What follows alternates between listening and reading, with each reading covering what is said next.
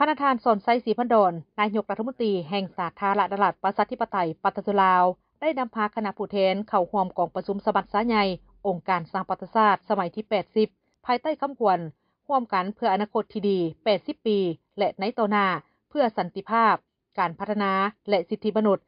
ที่ห้องการใหญ่องค์การสหประชาชาตินครนิวยอร์กสหรัฐอเมริกาในวันที่27กันยายน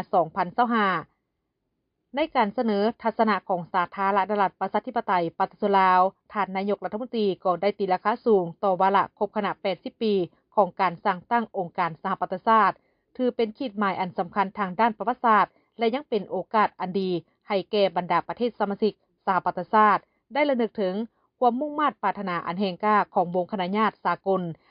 ในการซอกแสวงหาเส้นทางใหม่ในการปกปักรักษาสันติภาพโลกโดยผ่านการรับรองเอากฎบัตรสหประชาชาติในปี1945ซึ่งได้กลายเป็นคัมภีร์ชี้นำทางให้แก่วงคณะญาติสากลในการพัวพันและร่วมมือหลายฝ่ายท่านยังได้ย้ำคืนถึงความสำคัญในการยึดมั่นต่อบรรดาหลักการพื้นฐานของกฎบัตรสหประชาชาติเพื่อส่งเสริมสันติภาพเสถียรภาพการพัฒนาที่มีความมั่นคงและยืนยงทั้งได้เน้นถึงความจำเป็นในการแก้ไขสิ่งท้าทายของโลกโดยสันติเป็นต้นแมนข้อขัดแย้งและการปะทะกันด้วยกำลังความบ่เท่าเทียมกันและการเปลี่ยนแปลงดินฟ้าอากาศการร่วมมืออย่างแน่นแฟ้นโดยมีสหประชาชาติเป็นแกนกลางถึงแม้ว่าในระยะผ่านมาโลกของพวกเฮาได้เผชิญกับสิ่งท้าทายที่มีความเสี่ยงหลายครั้งที่อาจนำไปสู่ขอบเหวแห่งสงครามทำลายล้างผลาญแต่ย้อนการเสริฐสู้กลไกการพัวพันร่วมมือแบบหลายฝ่ายเพื่อสร้างสภาพแวดล้อมที่เอื้ออำนวยให้แก่การพัฒนาที่ยืนยงจึงเฮ็ดให้วงคณะญาติสากลพวกเฮาสามารถผ่านพ้าอุปสรรคและสิ่งท้าทายนานาประการ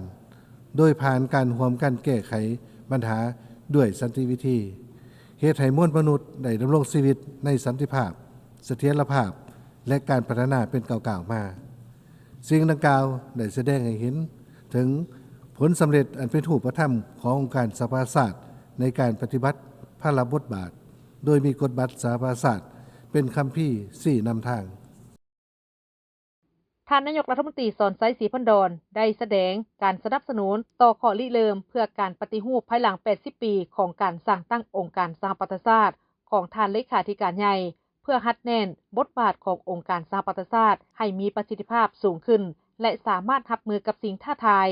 รวมทั้งตอบสนองความมีข้องต้องการทางด้านการพัฒนาในยุคสมัยใหม่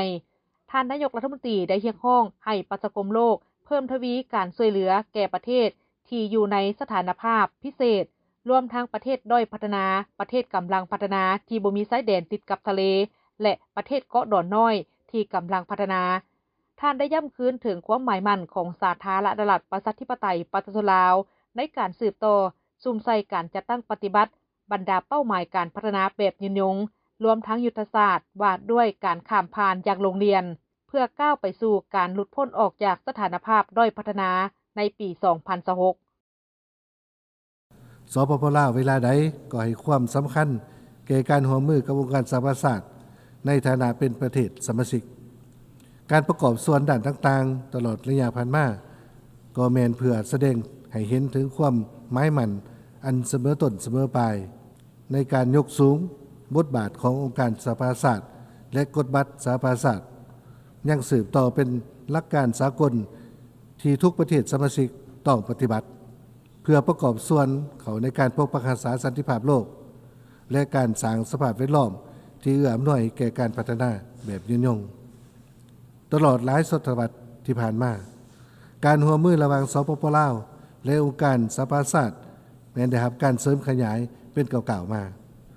สปป.ลาวและองค์การสหประชาชาติได้ประกอบส่วนอันสำคัญในเวียกงานพัฒนาเศรษฐกิจสังคมอยู่สปป.ลาวในปี2025นี้แม้นครบรอบ70ปีของการเข้าเป็นสมาชิกขององค์การสหประชาชาติของสปป.ลาวฉะนั้นข้าพเจ้าขอถือโอกาสนี้ย้ำขึ้นความหมายมั่น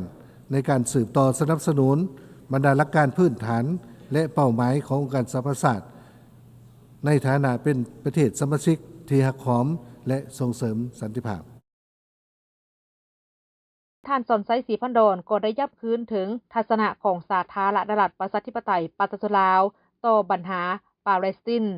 อิสราเอลโดยเรียกร้องให้ทั้งสองฝ่ายหันเข้าสู่ขบวนการแก้ไขข้อขัดแย้งโดยสันติวิธีก็คือการแก้ไขปัญหาแบบสองรัฐพร้อมนั้นสาธารณรัฐประชาธิปไตยปาตสุลาวยังได้เรียกร้องให้ยกเลิกการคว่ำบาตรทางด้านเศรษฐกิจและการเงินต่อสาธารณรัฐกูบาพร้อมทั้งลบรายชื่อประเทศกูบาออกจากบัญชีประเทศที่สนับสนุนการก่อการร้ายและยกเลิกบรรดามาตรการบีบบังคับฝ่ายเดียวทั้งหมดต่อกับบรรดาประเทศเอกราช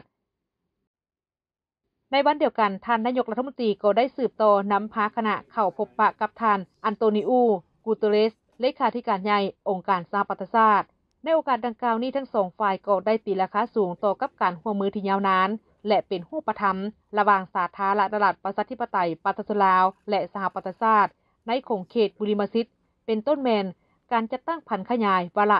2030 เพื่อการพัฒนาแบบยืนยงโดยเฉพาะแมนเป้าหมายที่ 18 คือการแก้ไขปัญหาระเบิดที่บ่ทันแตกและอื่นๆ